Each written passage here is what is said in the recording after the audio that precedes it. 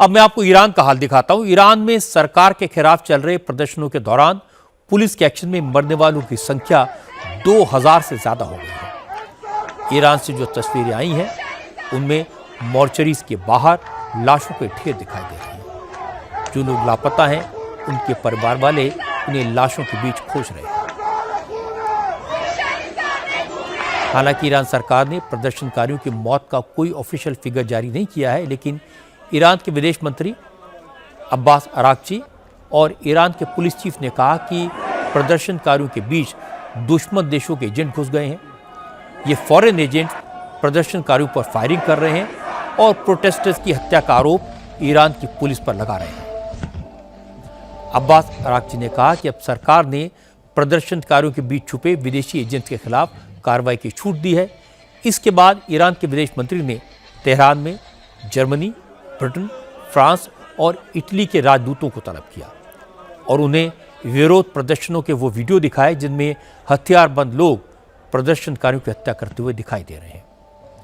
Iran के विदेश मंत्री ने बताया कि कुछ प्रदर्शनकारियों के घरों की तलाशी में अमेरिकी और इजरायली हथियार और गोला बारूद मिले हैं। इससे साफ है कि ईरान में सरकार विरोधी प्रदर्शनों के पीछे इजराइल और अमेरिका का हाथ है।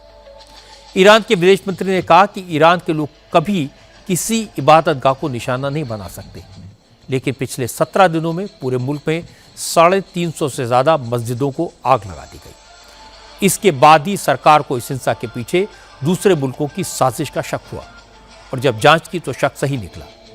अब इस बात के सबूत ईरान की सरकार के पास हैं। ईरान में दंगों का माहौल बनाने में अमेरिका और इजराइल का हाथ है।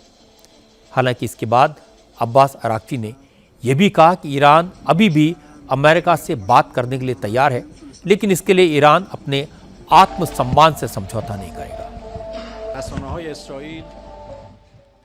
इजरायली मीडिया में ऐसी खबरें भरी पड़ी हैं जिसमें दावा किया जा रहा है कि ईरान के भीतर इजराइल का ऑपरेशन चल रहा है।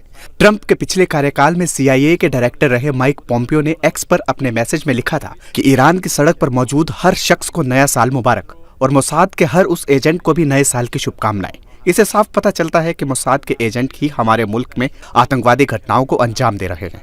हम उनसे निपट रहे हैं और मैं ये भी कहना चाहूंगा कि ईरान अमेरिका से बातचीत के लिए तैयार है, लेकिन ये बातचीत बराबरी और आपसी सम्मान की शर्तों पर ही होगी।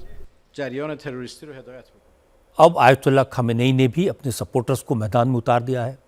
पूरे ईरान में सरकार के सपोर्ट में प्रदर्शन शुरू हो गए हैं। राजधानी तेहरान समेत 100 से ज्यादा शहरों में लाखों की तादाद में लोग खमेनी के समर्थन में आवाज उठाने के लिए घरों से निकले।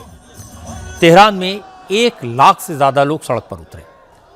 खमेनी के सपोर्ट में नारेबाजी हुई। प्रदर्शनकारियों ने अमेरिका के प्रेसिडेंट डोनाल्ड ट्रंप और इजराइल के प्राइम मिनिस्टर बेंजामिन नेतन्याहू की तस्वीरें जलाकर अपना विरोध जाहिर किया।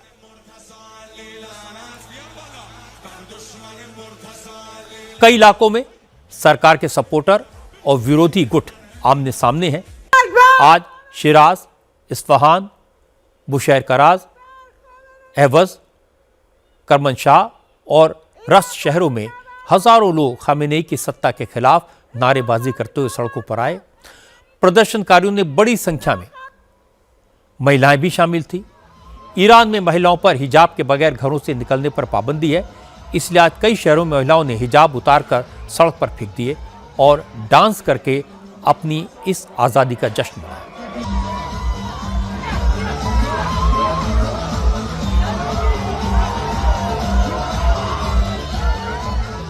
ईरान में विरोध प्रदर्शन अब सिर्फ सड़कों तक सीमित नहीं रहा।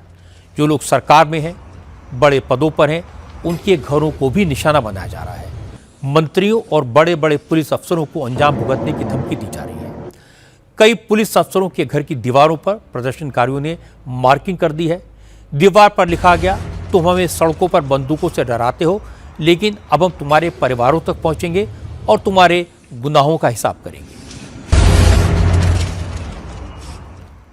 ईरान की बात कुछ हद तक सही हो सकती है कि वहां दंगे भड़काने में इजराइल का हाथ है, उसे अमेरिका की बैकिंग है।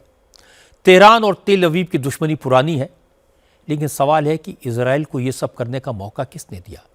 ईरान में औरतों को हिजाब न पहनने पर टॉर्चर किसने किया? जुबान पर ताले किसने लगाए? बेकसूर लोगों पर गोलियां किसने चलाई? ईरान ने मौका दिया, इजराइल ने उसका पूरा फायदा उठाया और अमेरिका ने इजराइल को सपोर्ट किया और अब बात हाथ से बाहर निकल चुकी है।